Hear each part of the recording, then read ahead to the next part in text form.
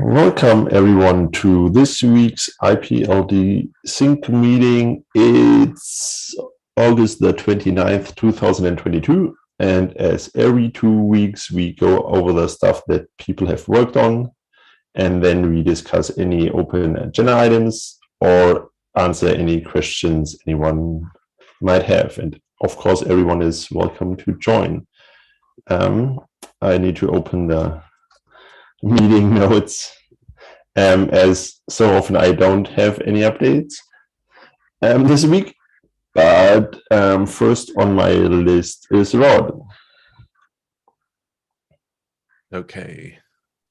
So I'm just trying to bang out my notes. So I got two major things, and I think if I had more time, if I was more prepared, then I probably would have more things to put in here. But the big things are there was a pull request in Go Merkle DAG, pull request 87. I think I've talked about this last week. That got closed out and a new version got released, and that's to do with this links sorting thing that was creating different traversal ordering in different situations, and so that pull request stabilizes it so that when you're using Go Merkle DAG for whatever reason, which you probably shouldn't be doing, and you're loading in DAG PB blocks, the links you load in will be stable according to the order you get loaded in. And the second pull request is in the IPLD repo for the website. And it's got, so that's pull request 233 in IPLD, the IPLD/IPLD repo. And that's got lots of notes about what's going on there. So if you want a further explanation, it's all documented in there. And it talks about, there's 3 separate version ranges in Go Merkle DAG that have different behavior. So the current behavior was introduced in version 04. It's now been changed with a new version 07. And so it tells you what's going on there. And like this stuff it starts to matter when we have these situations where we actually care about traversal order. So we're getting more of these situations where 2 parties need to agree on the shape of a DAG or what they've got. The main one is Filecoin, but there's other use cases around Filecoin where the order matters. And particularly, I think as we go, as the FVM starts to go forward with Filecoin, I imagine there's going to be other situations where multiple parties need to agree about things about DAGs. So having these cases where traversal order is different, it's probably going to be important to iron out. Anyway, that's obscure for most people, so probably not that interesting. The second one is in JavaScript. I spent some time with the IPLD schema stuff in JavaScript. That was out of date, and it's been frustrating me for nearly a year because there was this flurry of activity last year with the schema DSL, changing it, and then the schema DMT, which is the data model form of it's like an AST for the schema language. That was changed, and I didn't have good reason not to spend time in JavaScript, but I really want to use it in JavaScript, and so I did this big update where I fixed it all up. So it talks the right language now, and I think it even does more than the Go version now. So it'll parse more of the schema language and do more of the stuff. And you can go both ways. You can take a schema DMT and it'll print a schema for you as well. So it's the schema DSL stuff is all complete. It's fully featured. But the most interesting thing in there, I think, is these. You can take a schema and you can ask it to create you what I'm calling validators and converters.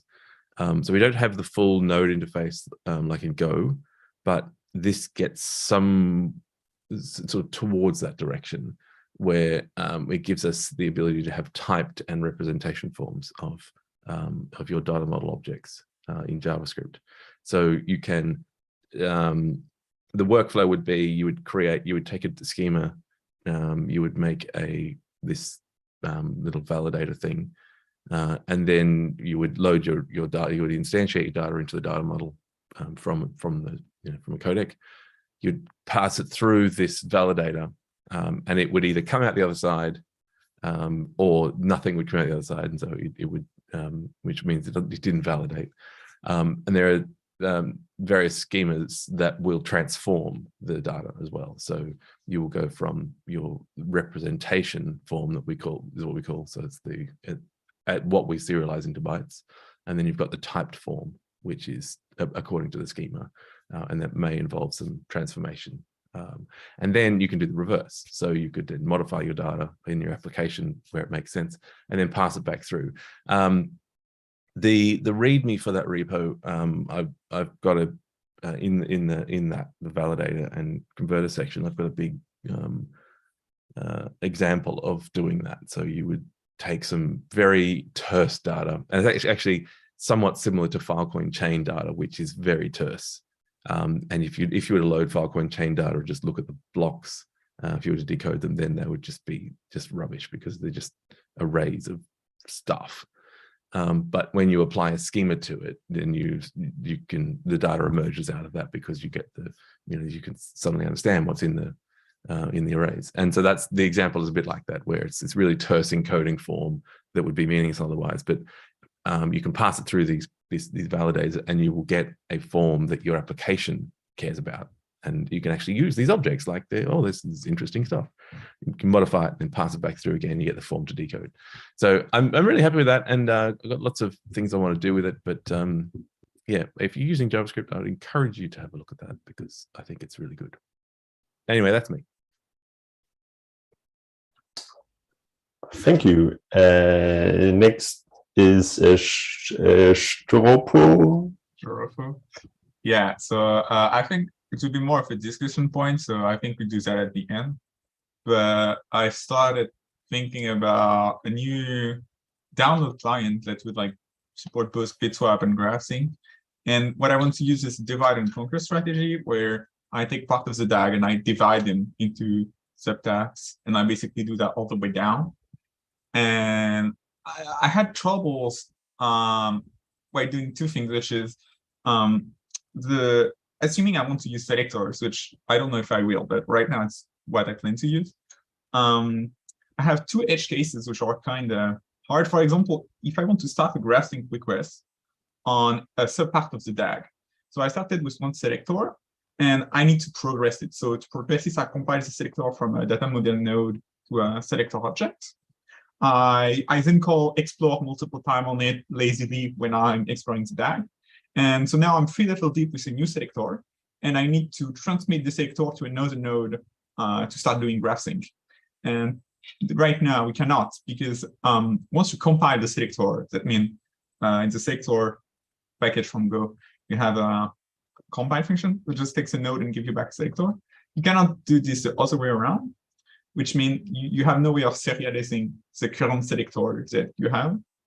And the second edge case, which is similar, which is if I have shared piece of the DAG, so you have a DAG that referencing the same blocks multiple times, and there is edge cases where if you have for example a selector that is traverse everything 3 level deeps, and the first one come here with a budget of 0, but you just explore that block and you don't go further. However, the second time that you explore this block, now you have a budget of 1, so you will go 1 level deeper, and that's an edge case which is I need a way to compare selectors between them, and to know that I could go deeper with that one, so I should continue my search and not stop at that point.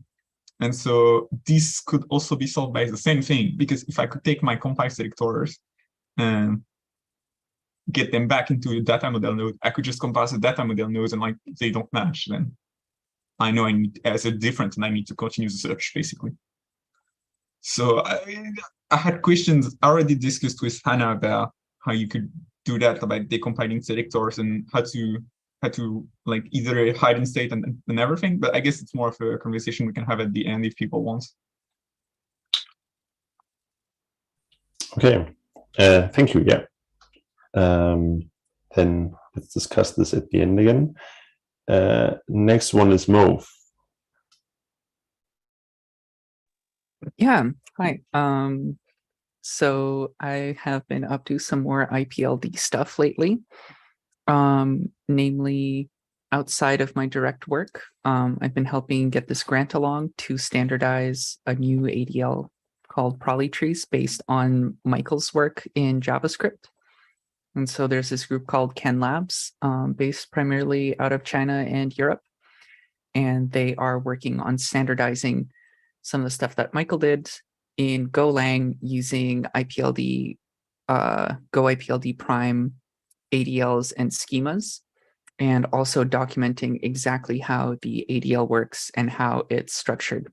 Also probably playing around with different weights. And so they've started that. Hopefully within a couple months, we'll have a initial spec out. And then some of the next questions there are whether they're going to go to do a Rust implementation or a JavaScript implementation next. Rust being appealing because they kind of want to work on integrating it with the FVM, Coin Virtual Machine. But Rust IPLD kind of is not as advanced as, say, Go or even JavaScript. So they might also be putting together a dev grant to work on Rust IPLD just in general. So we'll kind of see how that develops. Probably if there's people that want to work on Rust IPLD, maybe we should talk. Yeah, outside of that, I've been working more on IPLD URLs / gateways / protocol handlers. And I've actually sketched up an initial kind of like usable thing in JS IPFS fetch, which is this library used for playing with protocol handlers for IPFS and IPNS, IPLD, all that. And I've integrated it into the Agrigore web browser. And so part of that is figuring out the UX of like how to actually use IPLD and protocol handlers that works nice with browsers and makes it easy for applications. So one of the cool parts, in my opinion, is you can have the protocol handler deal with encoding and decoding, and your application can think closer to what the data model is. So one way you could do that is if I am uploading some data to IPLD, I can do a post request to the browser's protocol handlers or do a curl request with a post to a gateway with data in JSON. And then I can tell the gateway, oh, when you actually save this to disk, do it in the DAG CBOR format so that it'll be stored more efficiently. And then give me back an IPLD URL for the DAG CBOR version of this data. And this means that a client-side application doesn't have to understand DAG CBOR and can be a lot more thin, which isn't useful everywhere. There's definitely problems with gateways that people have raised recently. But from an application in the peer-to-peer web space, I think it's going to be very exciting. Next on my, and part of that was I wrote a JavaScript IPLD URL parser and serializer called JS IPLD URL. I think it's on NPM now. Yeah, and my next steps are going to be to get the stuff that Rod did with schemas and see how we can integrate schemas into IPLD URLs. Like, can I have a URL that has the SID for some IPLD tree? And can I also embed the schema to apply on top of the tree in the URL parameters? And then kind of like, if I share that entire URL, then someone can download the schema from the schema SID and download the tree, and then kind of like give you this cleaner way to traverse through that data structure. Yep. Outside of that, I did an initial PR to start converting JS multi-formats and other JS IPLD related things to be pure ESM with no CJS, no common JS. And part of that is also going to be to standardize the build tooling across all of our repos. So in the JavaScript IPFS ecosystem, there's some tooling that's been made by other teams, namely this thing called Aegir. Aegir. I don't know how to pronounce it still. I really should. But it kind of like does all of the TypeScript buildy stuff and just has a few command line utilities. This means that we can get rid of like 5-6 dependencies per repo and have just like a standard thing. So if someone wants to create a new JS IPLD related library, they can just kind of like base their work off of this template. I'm also going to be updating the GitHub Workflows to use more standardized CIs from across other IPFS related repos. So this does mean that people that are trying to import these JS multi-formats libraries from within CommonJS in a bundler that doesn't do fancy magic to make that work, they won't be able to use this new version once it's published. However, we are going to publish it as a major change since it is breaking. And also, most new projects that are depending on it are probably going to have updated tooling anyways and won't need to deal with it. Also, part of this change, we're still going to be having TypeScript typing support as part of the build process. So I'm going to be doing some tests to make sure that TypeScript isn't going to be horribly broken the moment we release this, or at least like not horribly broken for absolutely everyone. Just most of the people that use TypeScript. Anyway, yeah, that's all that I've got that I remember. Thanks. So I call this tool Aegir, but yeah, just for reference. But I guess everyone calls it somehow different. So okay. So is there anything else before we got into the discussions about the graph syncing and selector stuff? I had one more thing that I forgot to put on the list that was non-trivial. So Ghazala has had a pull request to the JS multi-formats repo for a long time now. And because it's large and because he's stretched for time, it's been difficult to get it over the line. But we're getting close. We've got a second one now that sort of replaces it with something slightly different. But I'm hopeful we can get this released very soon. And it's one of the problems we have in the JavaScript ecosystem is that regardless of how much you use, you always need the CID class, or almost always need the CID class to do stuff. So you regardless of what codex you want to use or anything else, you end up having to use JS multi-formats and very likely getting the CID class to use that in various places. Not always the case. You could use other packages if you're depending on them, but that brings up challenges with TypeScript and having this CID class everywhere and it having to be the same version, and TypeScript getting hairy about that stuff. And so a to-do for a while has been to turn that into an interface so that we can have this CID interface that you rely on, and then you don't have to have the exact type. It just has to match the interface. So it's a bit nicer for TypeScript users. It's now morphed into this, we're calling it link. So not just CID, it's a link interface, which is a bit simpler than a CID, but also potentially a broader concept than just a CID. So when this gets merged, people will just be able to rely on that interface, and they just need to conform to that interface, and you won't need the exact version of CID, and we can do some more creative things with it. Probably sounds less interesting than it is, but for TypeScript users, it should be a big deal. You'll be able to do crazy mutable things and think they're immutable by accident. Unless somebody is writing a concrete form of it that does crazy things, then you shouldn't.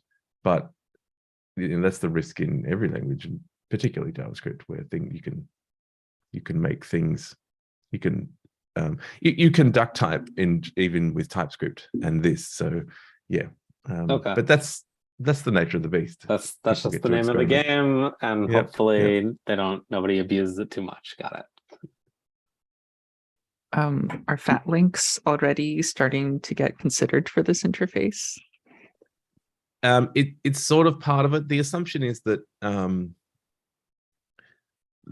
if and when we arrive on what that means, that will just be a simple extension to the existing CID implementations. So Go CID and JS multi-formats, that there will be an additional method or methods where you'll be able to get that extra metadata out of the CID.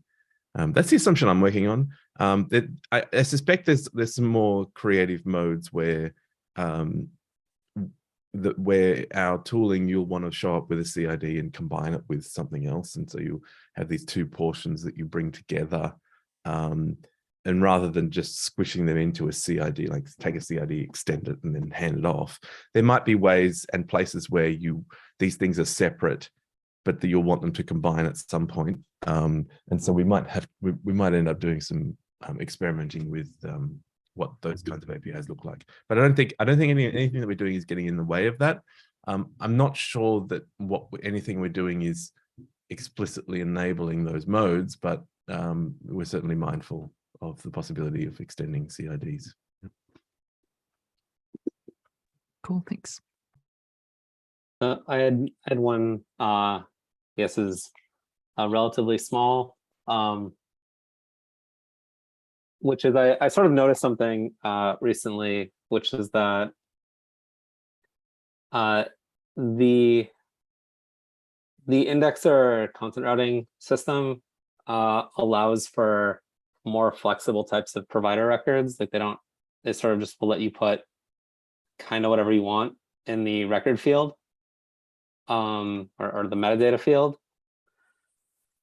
And this is cool because it means that we can start experimenting with other types of data transfer protocols that aren't strictly libp2p based, right? If they're libp2p based, then you can just use your peer ID, do identify, you'll learn about what the other guy supports, and you'll negotiate and figure it out. But that doesn't help me if I want to use HTTP or something, FTP or something else to do my downloading. And so I can put it in there. There's a little bit of work to go and expose all of that and make that all work with like the reframe API stuff, but the implementations of the reframe API, but that should be fine. On the IPLD side, though, what I realized is that you can take the provider record, instead of just being like a data transport thing, can also include like a proof. So if you wanted to do this, like, I want to transfer arbitrarily large blocks thing, like I want to transfer a SHA-2 of a 1 gigabyte blob, right? And that's too big for all of our block sizes in IPLD everywhere. You could get around this without making the other party implement a custom data transfer protocol by basically putting in, here is the CID that contains all of my blocks. Like here's the CIDs that contains all of my blocks laid out in a flat way. And here's a proof that shows you how to incrementally verify the data. And so you can actually use sort of IPLD data instead of more data transfer protocols to allow sort of upgrading existing systems on the client side, if that makes sense. So, imagine you have a really big blob. As long as you can write client code, and as long as you have this hook in the content routing system, you could take your data, batch it up, store it in any, IPFS pending service thing you feel like, Pinata, Infura, some Filecoin nodes, and without them having to change how they do anything else, you could incrementally verifiably pull this like SHA-2 of a 1 gigabyte blob, which is kind of nifty because getting people to implement new protocols is hard, but maybe getting them to store data is easier. One tough thing about that is mutability, because a lot of protocols that I personally work with and that I've been looking into have some sense of like stuff changing over time. So for example, like I think 3 years ago, I was standing at DWeb Camp and talking to some folks that were like, oh yeah, we have like IPFS, it's so cool, we should just have secure scuttlebutt and hypercore and these other things just build on top of libp2p and IPFS. And it's cool for the content addressable part, but mutability is the other big thing. Like data changes over time. And I worry that like just IPLD alone or just these codecs alone aren't enough. I feel like stuff changing over time is a primitive that's been underlooked in the ecosystem that we might want to work more on. Is that Yeah. related to this, or is that a separate thing? Because it feels like this is just like, how do I deal with other types of IPLD hash link data? And your question is like, how do I do mutability? And I think they're pretty independent. I just think that like if having more data shoved into IPLD is the goal, or like more protocols, I think not having mutability be part of the conversation like really limits what is available. Like BitTorrent is really great, an example where, you know, if you don't use mutable torrents, then you can translate it, or like a SHA-256 of a 1 gigabyte file is cool, but like things that are a little more advanced become harder. I don't know. It depends think where you plug in, right? So like, Hmm. for example, you know, if you download something with Docker, there are tags, people follow tags, and they try and download the latest one, or maybe they download a fixed version. But the mutability is handled by like the Docker registry, and the immutable stuff is handled by, at this point, still the Docker registry, but like maybe you could use IPLD and IPFS for that if you could make it work with all the block limits and all the compatibility stuff. And I feel like if you look around, there's like 1 million people doing mutability things that all reference some immutable layer underneath, and not that many people doing immutability things. They all sort of like hope it will exist, or we'll figure out how to glue it together. And I think mostly like people like as long if you can, there's sort of I think the main issue of contention is like it's a little bit like, is it okay, or is it sufficient to have mutable things that point to immutable things? Or do I need my like data structure-y things to contain the mutable links inside of them that I follow? And how do I do that? And does any of my caching work if I do that or not? And like which of my properties have I preserved if I allow me to, to store mutable links inside of immutable data structures? I feel like that's kind of where it is. There's some interesting like discussion on this. If you search like the ancient IPLD stuff, like before my time, this is like Nicola and other folks talking to each other about how they think that maybe this should operate or not operate. All right, we have a few more questions from other folks. So I'd like to hand it over to DVDRW. So okay. Well, I have a fair few questions. I'll start with well, it's sort of a misleading question. It sounds simple, but there's a lot of, I guess, confusion on my end behind it. So the goal of IPLD, as far as I understand it, is to reach independence from wire formats, right? So you write code once, which just works on data abstractly, and then however it gets serialized, that's none of your concern.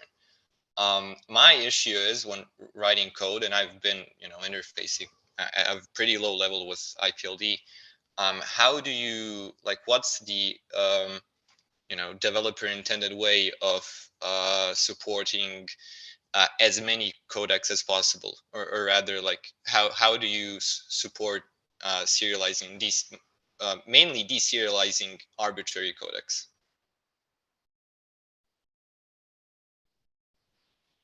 Dean, do you have stuff to say about that? You seem like probably a good expert, especially with WASM.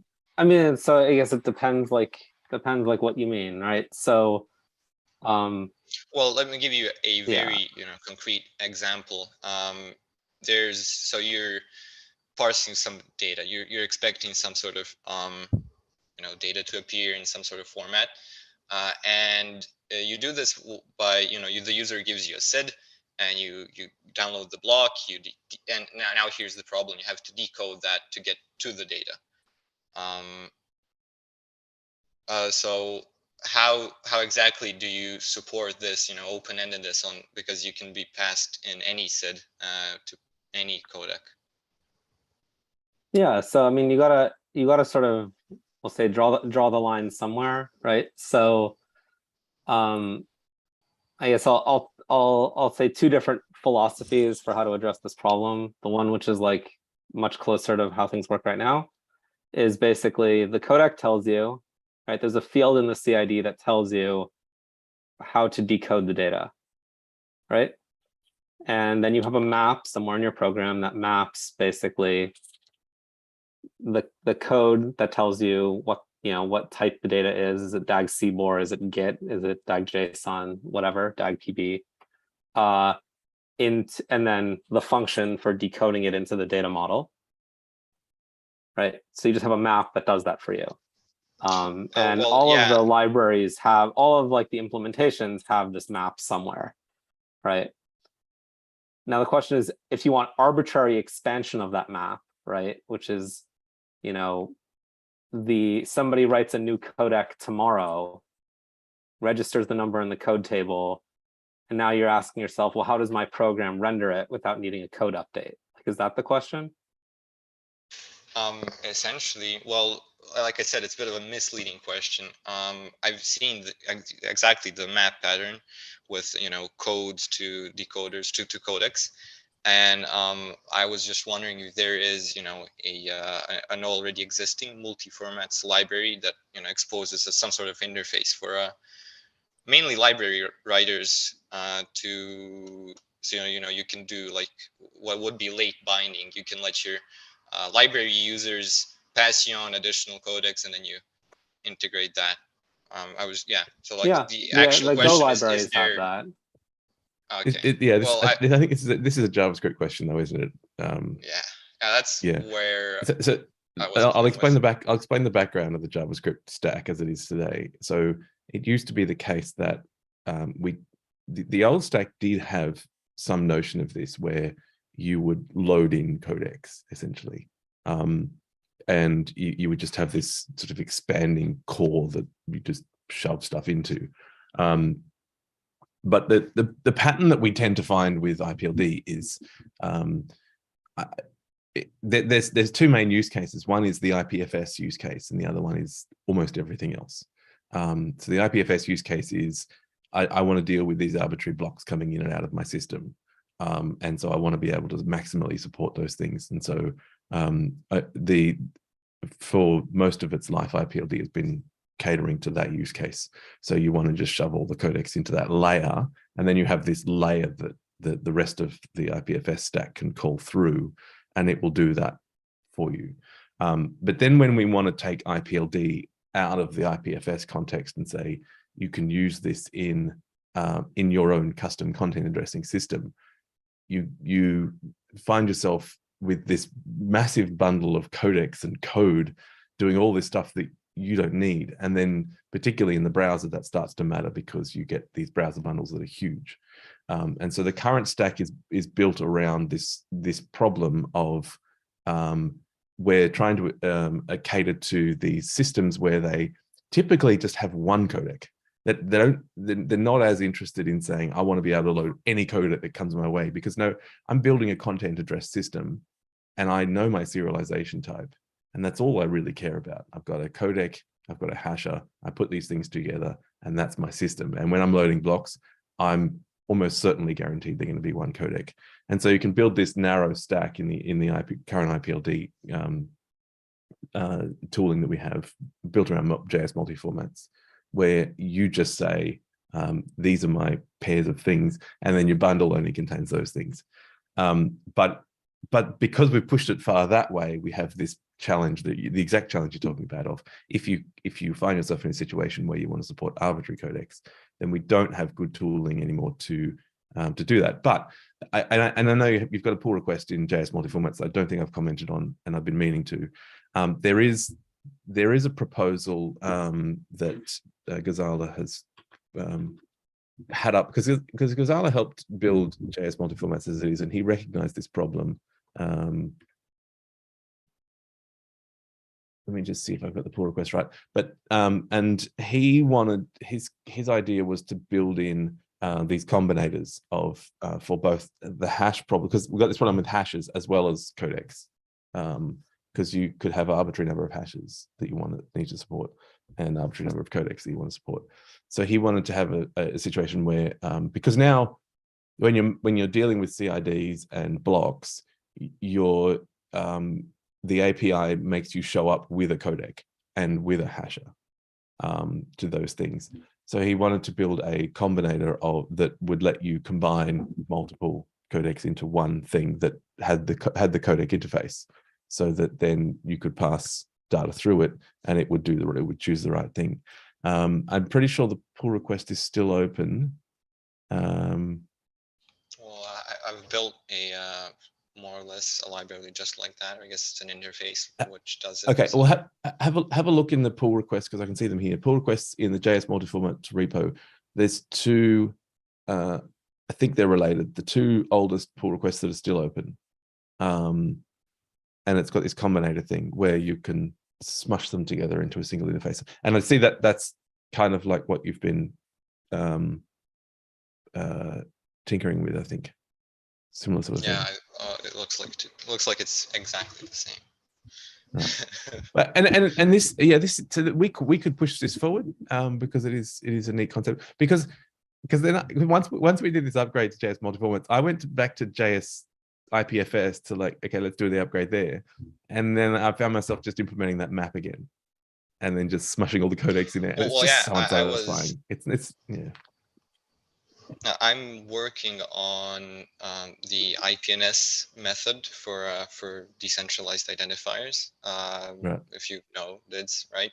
I saw was sort of a draft spec for it that's been sort of abandoned. And in writing, well, firstly, in a reference implementation for all of this, I saw myself practically copy pasting this exact map code all over the place. So yeah, that's why it's I not asked. satisfying. Yeah.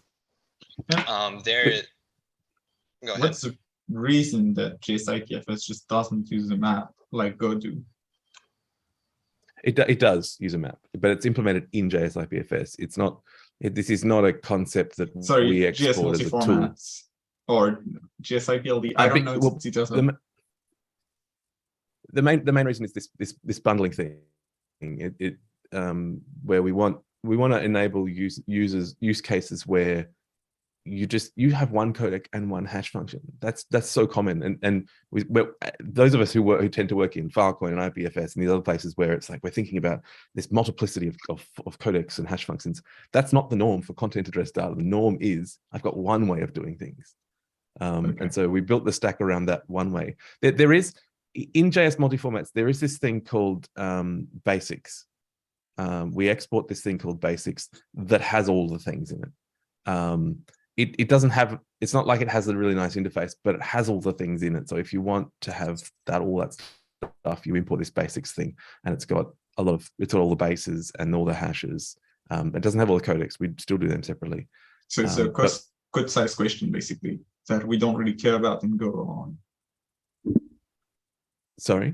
It's a code size question, because I was just not seeing an issue with the map, and I'm like, just use a map if it's what you're going to use at the end.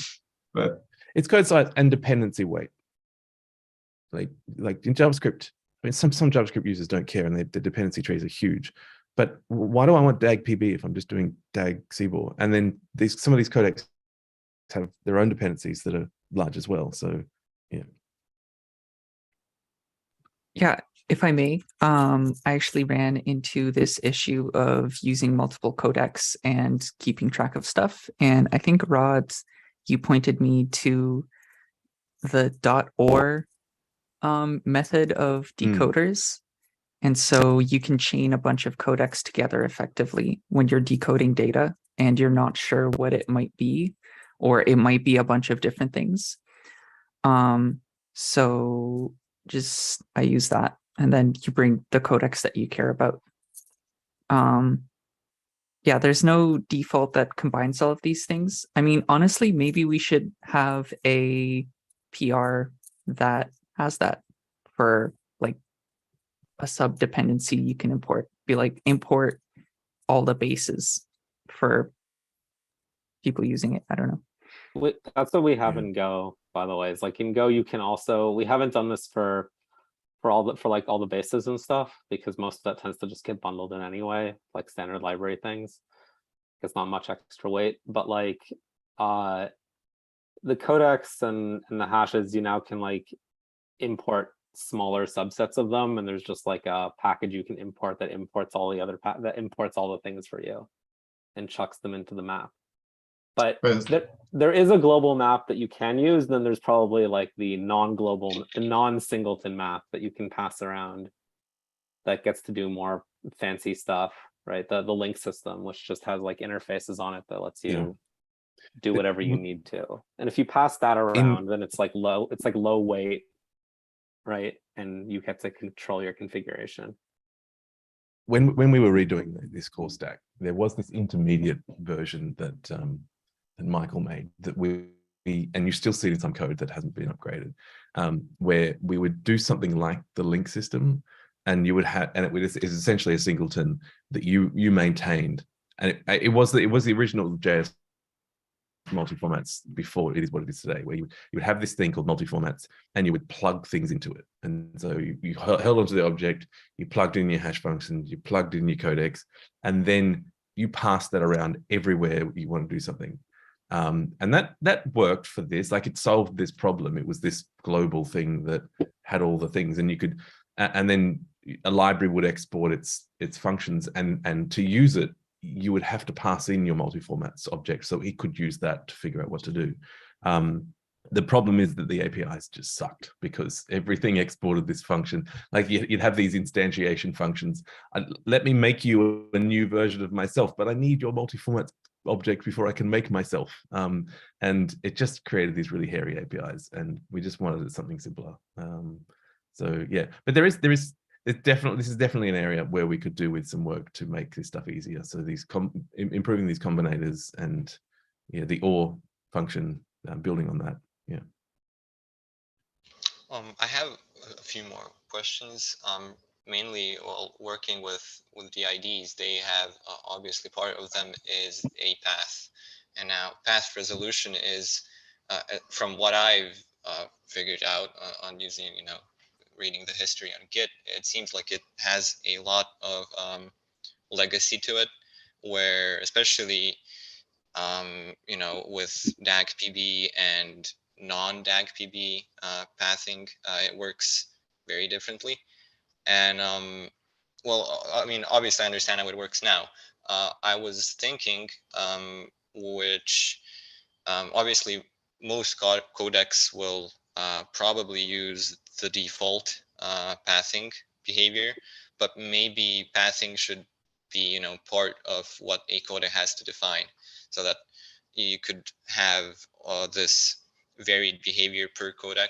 And once again, in the, thinking of the multiplicity of codecs you have to deal with, this would make it a lot easier than having to basically hard code, manually discover which codecs are pathologic, and then implement a pathing algorithm for them specifically, maybe an interface over that.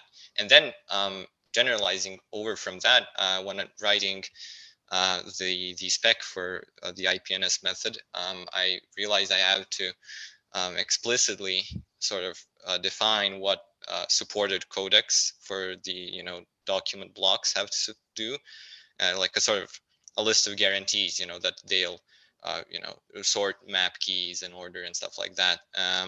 So maybe a sort of trait system where each codec can sort of self-describe what the guarantees it provides, and sort of like basically object-oriented interfaces, something like that. And you could think of a couple of implementations, but I think it's worth thinking about if IPLD is to move towards this universal data polymorphic over wire format future. Just thought that might be an interesting point of discussion. I think we try and solve this by defining the data model. And then I know the pathing stuff sounds confusing in the way it's written because it's accounting for history, but we try and make that history not matter anymore. It does matter it matters in IPFS, Kubo, and friends, where they have to deal with legacy APIs. But for any new stuff, we just ignore that history stuff, and paths are just as they work over the data model. And so then when we push all this stuff into the data model, we say the codec concern is to get it to the data model and back again. And that's where we deal with all this set of problems. And pathing then works on top of the data model. So pathing should take something that has been instantiated into data model form and be able to work over the nodes of that graph.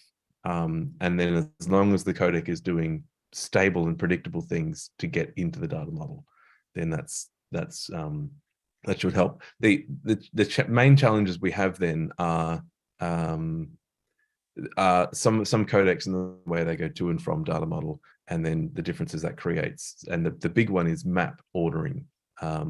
It doesn't matter so much for pathing, because pathing is like there's one hop. And it doesn't matter what order the maps are, you're just going to make one hop. So that's fine. But when we do selectors, which are like paths on steroids, then it can matter what order the maps come in. And then it also does matter when you're doing the round trips, if the maps are differently ordered. And that was that pull request for the DAG-PB spec that I was dealing with that issue. But for paths, it's much simpler, because it's like I've got one hop in each of these nodes of the graph. So I think in answer to that, we try and solve it by saying the codec's concern is to get to the data model and then back again, and everything else will push on top of that. Yeah, one more piece here is that, so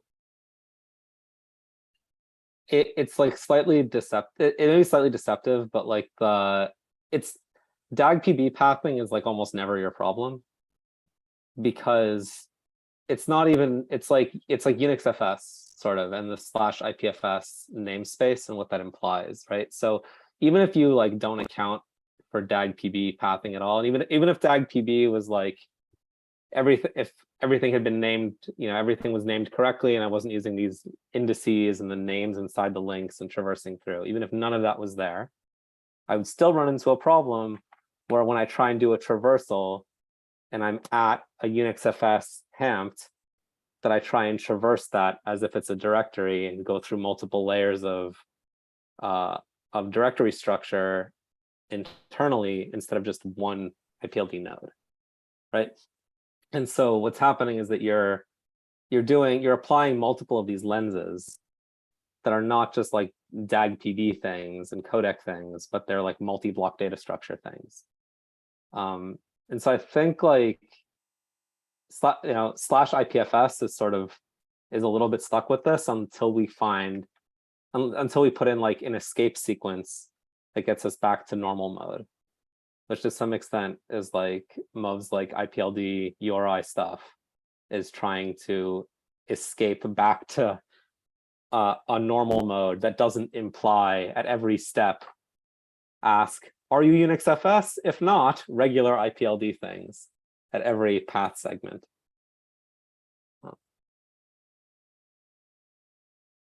Yeah, that's an interesting approach. I guess our goals are similar. I just thought that instead of trying to, I guess, force everything,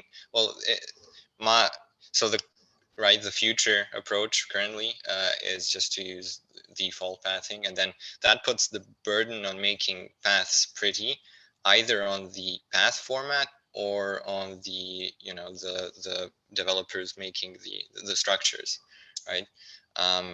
So I guess my solution was just, let codecs define their own pathing rules, and then you move the ball back into each codex territory, and then this nicely abstracts into other traits as well, like consistent ordering or whatever. I don't know about JS, but sorry. Okay, in Go, we already kind of have a way for codecs to define their own, not codecs. But in Go, we have the ADLs, which is a data model to data model representation. And for example, the UnixFS ham that Aydin was talking about earlier, the way it works is you can get back to a normal, like quote more, traversal from a ham using a reifier, which is a piece of code that like takes a data model, hams, and makes sense of it and give you a data model that's like slightly less bad. That doesn't basically, it does also hand project for you.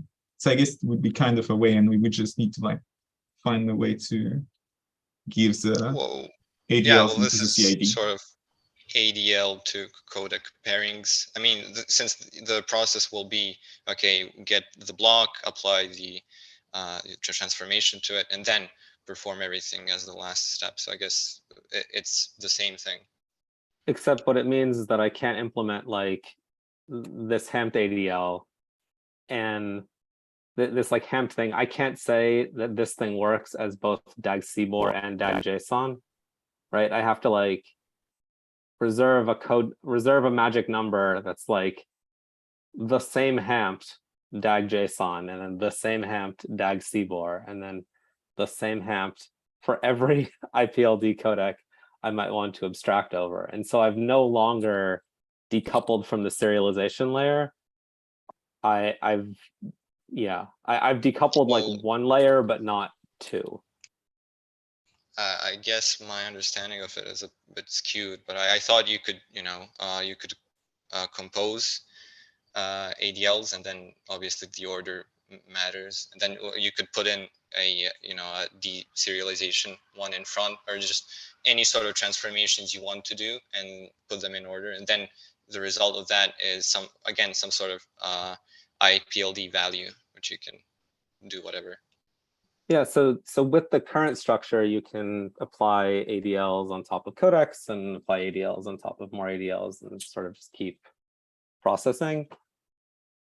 However, if like what you try and do is you hide you say the codec is the thing that signals to you how to do, say like traversals.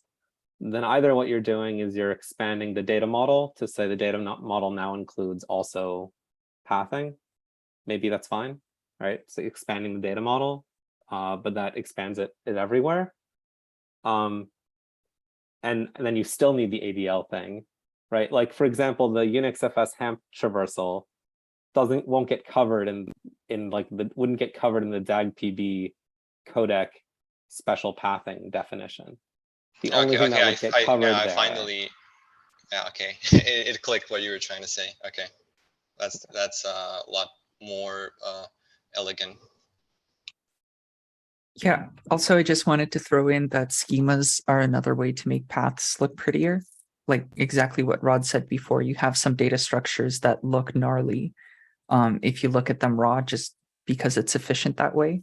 And you could put together nice schemas to make the pathing nice. And so with IPLD URLs, what we'll be able to do is combine that. So it's like you can have your cake and eat it effectively.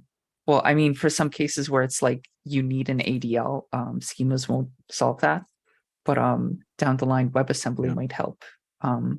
Like once we have WebAssembly, auto codec, auto ADL stuff, you can do really, really crazy things with pathing. Because, for example, you can like run a PHP script inside a WASM blob and you to return like a web page as part of you pathing over it, or other like very horrible things that'll be very exciting. Yeah, sounds like I have a couple of moral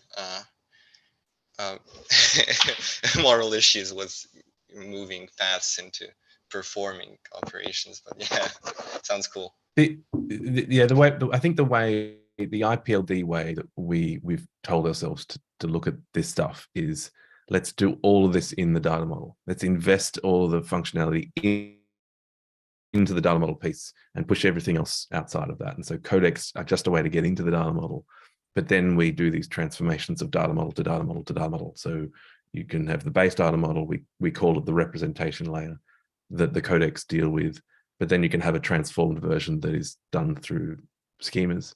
And the link to the JS IPLD schema repo that I put in the chat has that really terse data form where everything's an array. And if you do put that into the data model, it's just arrays within arrays. And it's like, what is this? But if you then transform it into a typed form, then you see this data structure that you could path through. And so then you have to say, well, okay, I want to path this data, but I want it to be transformed by this schema. And so you end up showing up with codec schema path. and data, and you have to smush all these things together. And then the additional layer that we're also dealing with that works in Go, and we don't really have great answers in JavaScript yet, is where you show up with an ADL that works across multiple blocks, and you can, you show up with ADL schemas, blocks, codecs, and here's my path, and you smush them all together and you get what you want. And that's the ideal, is that you should be able to layer these things, and then the paths just work. Same with selectors, same with a bunch of other operations, and then it should operate through the transformations all the way down. And that's the ideal that we're aiming for. But the point being that we invest all of this logic into the data model, so that the issues about codecs mostly go away. All right. We are almost, or we are running out of time. Yeah, and some people have to run. So sorry for that. Doroporo, is it okay if we do it next time, or should we just do it in, like, I don't know, if the people that you need to talk to can stay around? I don't know. So I was about to ask that. So yeah. Do people want to stay or not? I have to go. I'd love to talk about this drop. Maybe when I can talk async. Yeah. Because I'm very interested in what you're doing with selectors and decompiling. Because I was looking at that problem myself a while ago, and I think there's I other have things a I solution want to do with selectors. Excellent. Okay. I think Okay. Eric might have raised some issues in the chat about it. Anyway, sorry. Welcome. Okay, cool. Yeah, then I will close the meeting. And normally, like after this meeting, we often have some after hours, but as we already are about time, we probably won't have one, but feel free to stay around in case we have. So thanks everyone for attending, and see you all again in 2 weeks. Goodbye, everyone.